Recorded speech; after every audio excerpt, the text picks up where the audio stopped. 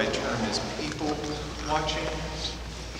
You've always got that awkward couple that is like trying to make out with their noses. So they're like, and they just like do that, and it's really awkward to watch from a distance. And then you got that parent that keeps their kid in a bubble, so when he touches dirt, he's like backhanded across the room. And you love giggling at that, but maybe I was that kid and it hits home, you know?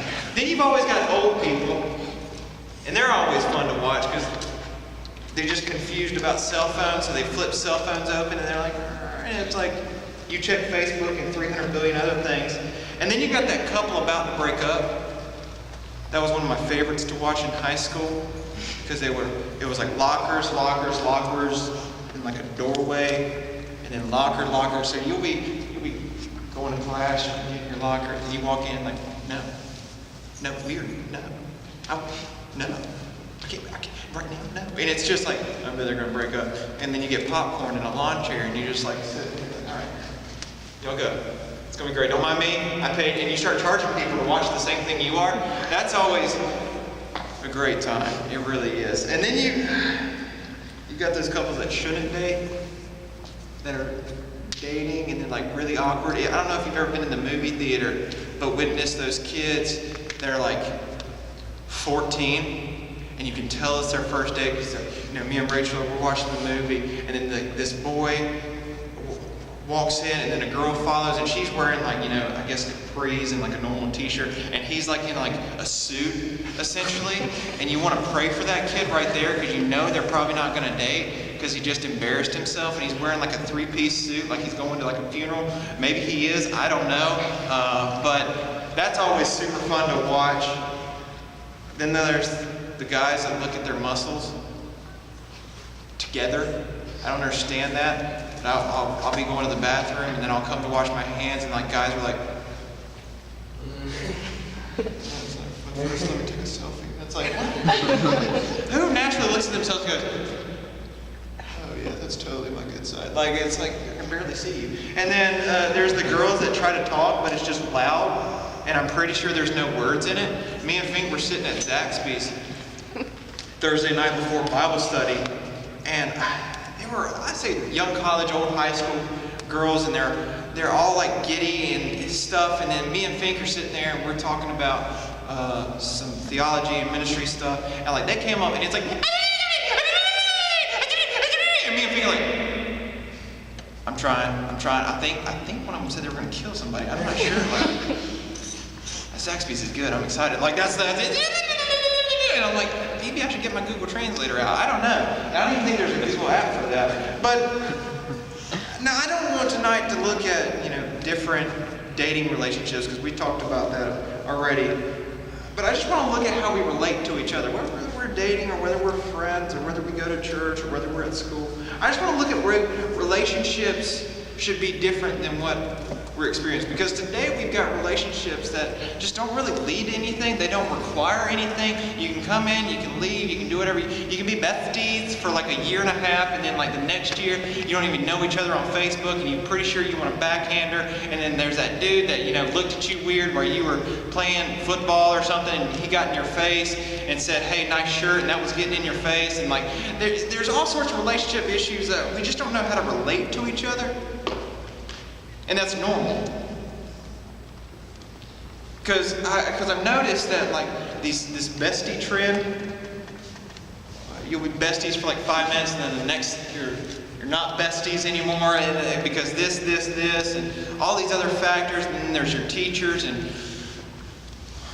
why do we even have those? I don't know, because teachers are a waste of time, right? Like that's the way we feel. And then you've got parents, and parents are just out to get you at all times. That's just the way that's the way it is, and that's the way we feel, and that's normal, right?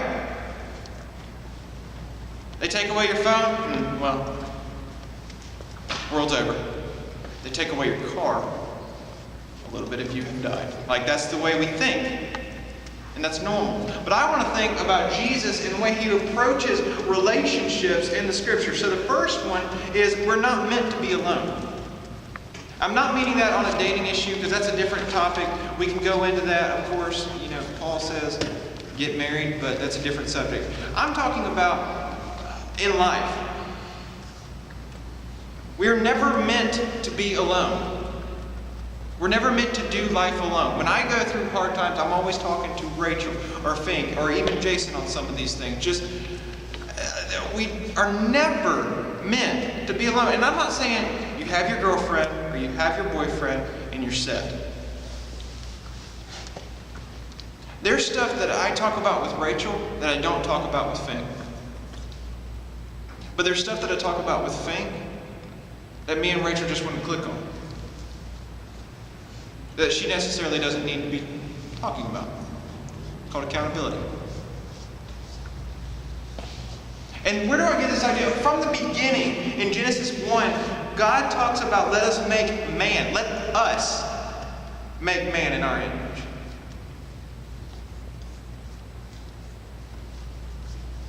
Jesus picked guys to be around him, disciples.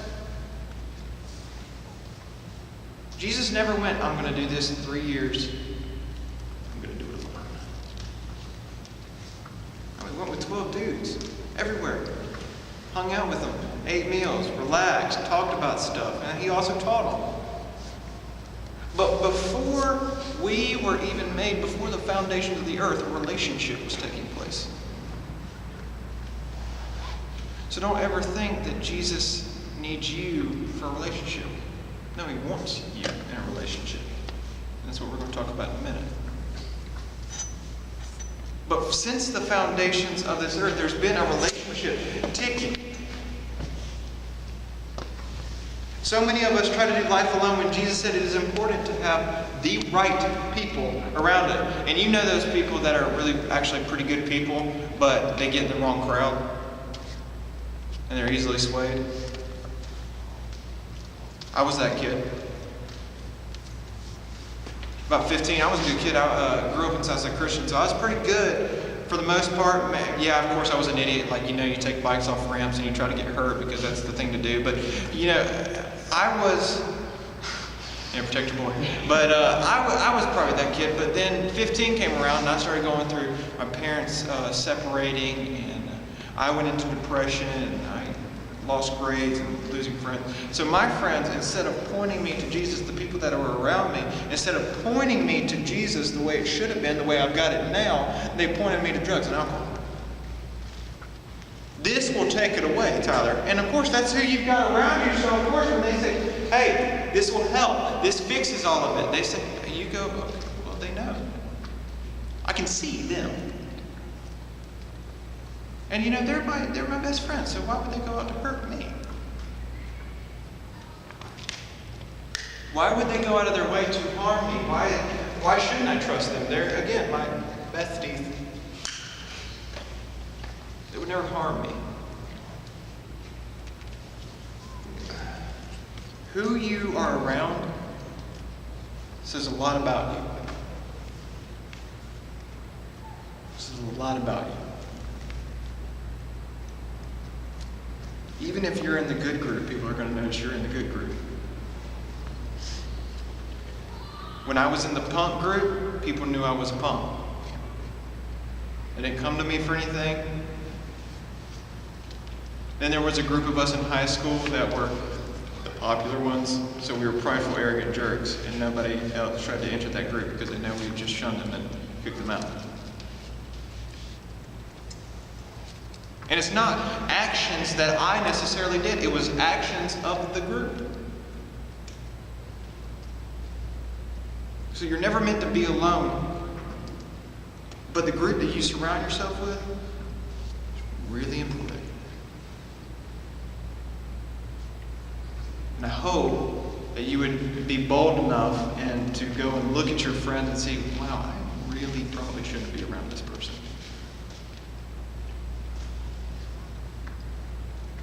I really probably shouldn't have their company. Because they'll weigh you down. They'll point you to other things. They'll weave out the Christian. They'll see what's weak in you and they'll dive into that. They'll fix it. Drugs and alcohol are so rampant through schools these days. And I'm not talking like the old fart or anything like that, because I go to a college where it's a Christian college and still this stuff goes on. I went to Southside Christian, who was pretty much a public school with dress code.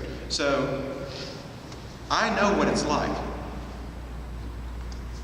And so many people are hurting, struggling with different things, whether it be depression, anxiety, I lost this, I got a bad test grade, my family's gone, I'm losing this, I can't find a job so I can't do this, my car broke down and I'm having to pay for it because my parents won't pay for it, and all these different things. And easily the devil and easily friends go, well, I've got something that will fix it. And they don't fix it for about 15 minutes.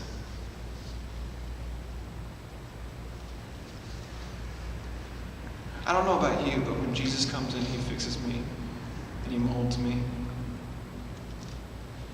he still works on me. And he's never let me down. My friends and those drugs would essentially put a Band-Aid on the situation.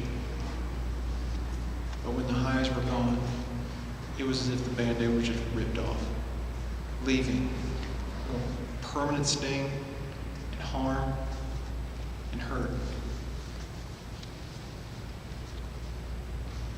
And left me wondering about these friends. Are they really for me? Have they betrayed me? It really caused me to do some soul searching. Point number 2, we help each other through the hard times. Galatians 6 says, brothers, if anyone is caught in a transgression, you who are spiritual should restore him in a spirit of gentleness. Keep watch on yourself, lest you be tempted too. Bear one another's burdens, and so fulfill the law of Christ. For if anyone thinks he has something when he has nothing, he deceives himself. Let each one test his own work, and then he has reason to boast will be in himself alone, and not in his neighbor. For each will have to bear his own load. There's 2 parts to it. Your friend is going to have to work through issues by himself or by herself.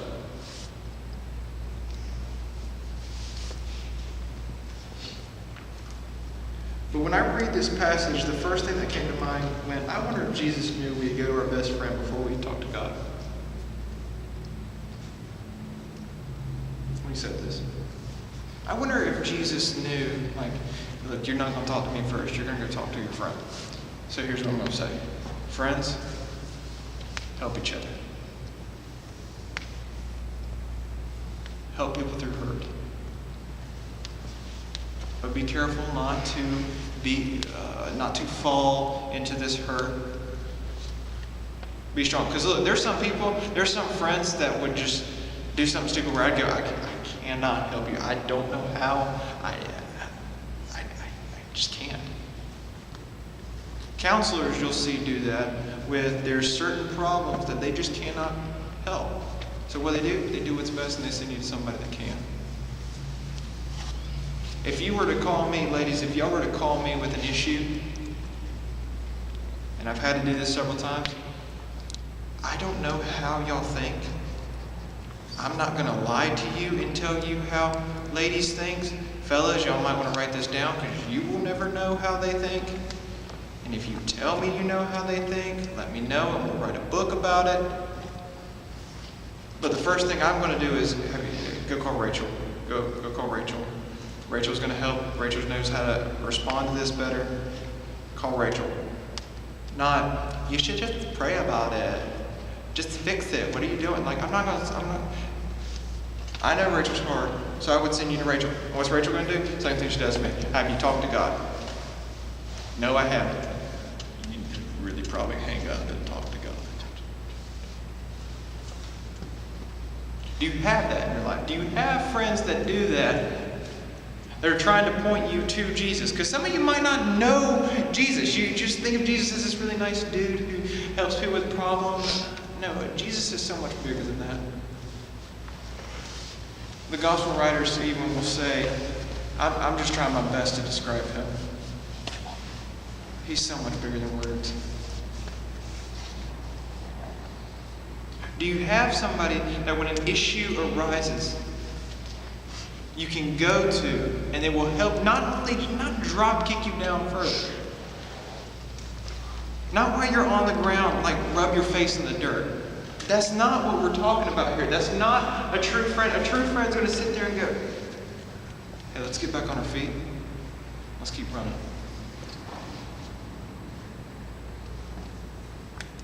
Let's keep running with perseverance. I know you're tired. I know you're scared. I know you're hurting. But let me take you to someone that takes away the pain. It takes away this hurt. And fills it with a love that is so much bigger than your hurts. And then you'll look at him and you go, but I'm too dirty, I've got this, I'm struggling with this, I can't get over this, I can't. And this leads me to my point 3. Ready? Jesus wants a relationship. Relationships are really important to Jesus.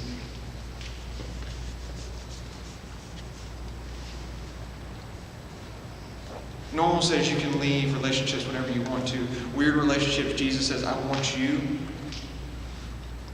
I want all of you, with your baggage, with your sin, with your struggles, with your hurts, and I want all of it. And I want you to be mine. I want you. Jesus never needs us. He doesn't need any of us in this room. He wants us.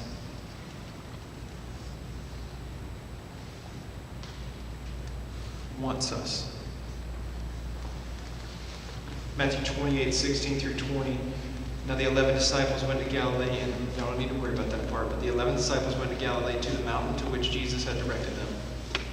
And when they saw him and worshipped him, some doubted. Jesus came and said to them, all authority in heaven and on earth has been given to me. Go therefore and make disciples of all nations, baptizing them in the name of the Father, and of the Son, and of the Holy Spirit, teaching them to observe all that I have commanded you. And behold, I am with you always, to the end of the age.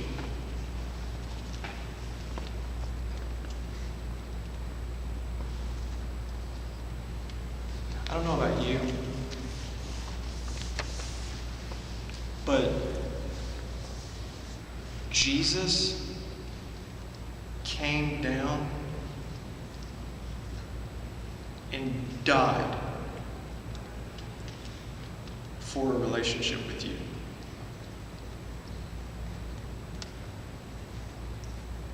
It's huge.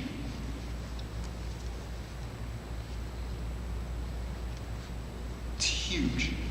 Do you realize the Son, the one from the Most High, came down, was rejected, was yelled at, was spit on, was hated, was betrayed, was beaten down, knocked down to his face, tortured, ripped to shreds. For some of you, this describes the emotions you've been feeling. Ever feel like you've been more emotionally just torn to pieces? That you've been knocked down? That you've been hated? That you've been betrayed? That you've just been mocked, spit on? Just people just are out to get you?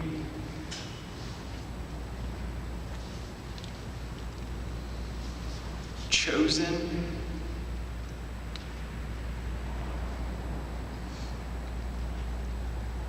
Over somebody that deserved the death to go to the death.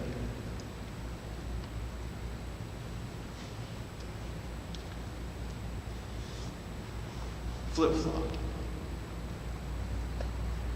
And then it wasn't done there. He felt all these things, and still he had to carry a crossbeam up a hill. Some of us might feel that we've experienced all these things, and yet the heavy load to returning to where we were at, the heavy load, the bearing load, is just too much for us. As we walk up a hill to trying to figure out this thing, to fill out this recovery, to get over this thing, and Jesus was not done there. Agony. The blood still pouring. He's got his robe back on. It's starting to congeal. It's starting to scab over. He's walking up the hill. He's tired. Somebody has to help him. And I don't have this in my notes. It's just Jesus. But he's tired. The Son of God. And even then, he gets help. Walks up the hill, lays the cross down. They rip his clothes. Just when he thinks it's maybe he finally gets a breather, he's on top of the mountain, he doesn't have to carry anything anymore. They rip the robe off. Right when you may think that you're in the clear, that you can finally catch your breath, you're okay, somebody comes and just pushes you back down and rips it off. To experience all that pain in 1 second. I cringe when a Band-Aid's ripped off. The dude was unrecognizable by how much he had been beaten. They knew what they were doing when they were shredding him alive. They were very meticulous with it. They were known to even disembowel people, rip you straight open. And Jesus took it. Carried it up the hill. And railroad spikes just pierced his wrist. Not a nail that you hang a picture frame from. Not a nail you might see around the house. A railroad spike. Pierced his wrist. That crossbeam was with him dangling from it. Ropes were probably right here to keep his arms in check. And they would raise the crossbeam up with a man dangling from it. Would position him over the post where somebody had probably already died. You can see Jesus can probably, as he's laying the crossbeam down, see blood marks on this, and they would set it and it would knock. The pain that's going through Jesus' body is enough to probably cause him to start to experience shock. And they would put his feet one over the other. A railroad spike would pierce both of his feet.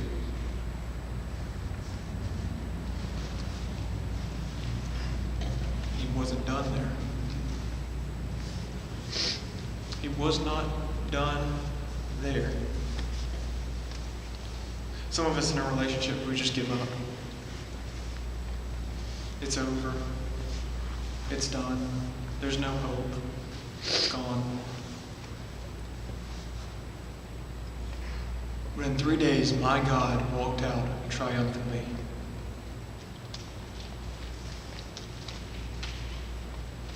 Triumphantly. Still the marks to be seen. But wasn't letting anybody hold him back.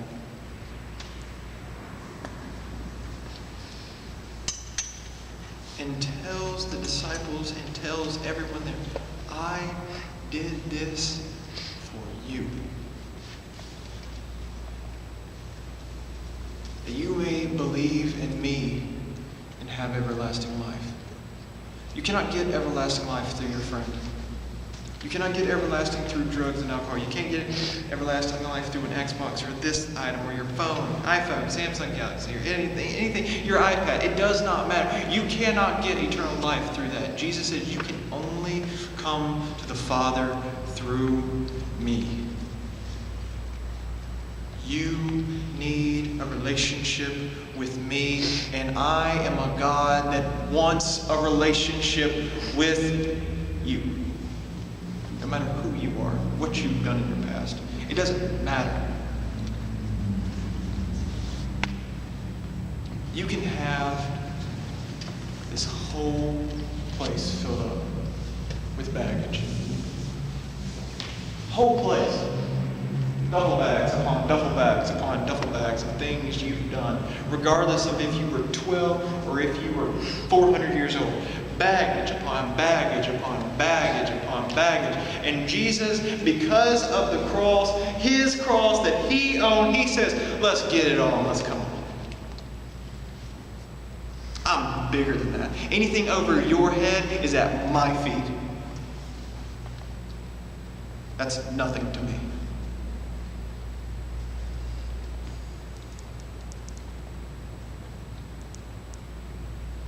My love is bigger than all of that.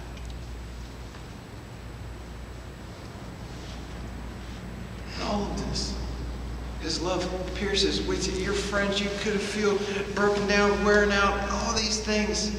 You could be trying to walk up the hill just to catch your breath, and even then somebody just knocks you back down 10 times further than it was, and you lose hope. It's over. Will you believe in Jesus and walk out of it triumphantly, or will you just stay in the grave?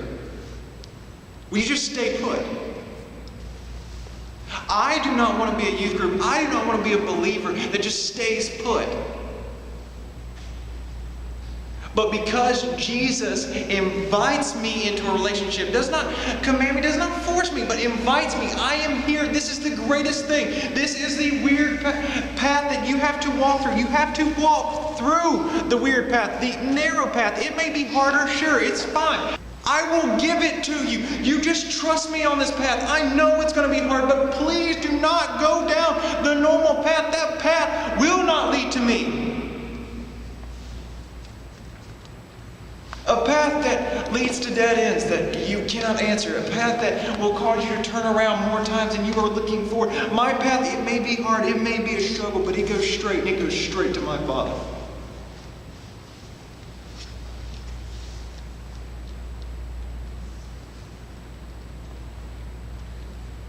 Why are we not on the path?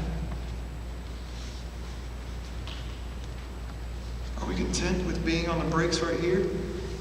Or for some of us, are we content? It may be fun over there. You can move in this. You can do whatever you want. Look at all this room. Like, I can do whatever I want over here. And I might be happy for a minute.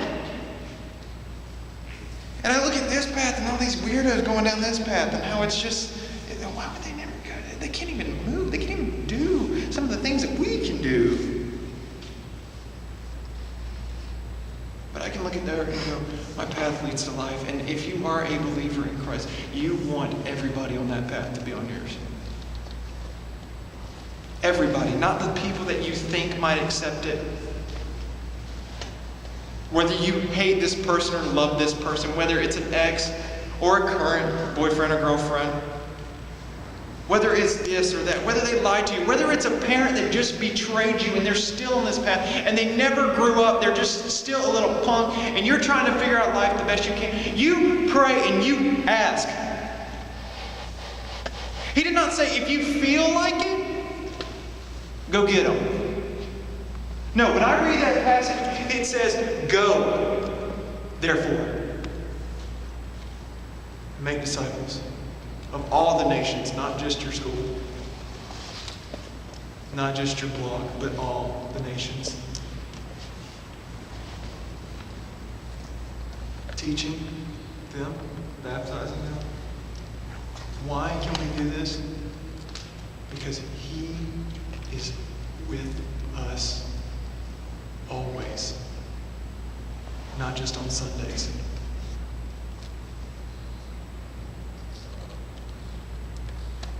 Always. as I should have put, I'm with you always and forever. I'm never going to leave you. I promise to be there. Because Jesus, I think, if he can look at me and go, I'm going to die, but I'm promising you that I'm coming back in 3 days. I will raise from the dead. He's going to stay with me. And I'd much rather be a people, or believers, I'd much rather be a people that just goes. Because if a grave can't hold my God down, how are we going to hold God down?